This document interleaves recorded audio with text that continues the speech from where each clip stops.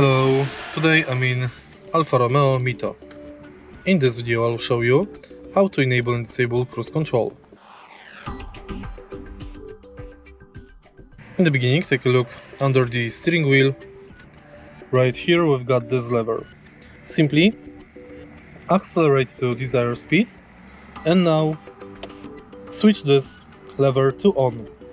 Now pull it downwards to activate it, and now you can let the acceleration pedal go. Push the lever upwards to increase the speed, downwards to decrease the speed, reset button to pause, plus button to go back to first set speed, and minus button to set from the current speed. To disable this function, select off. If you find this video helpful, please leave like, comment and subscribe.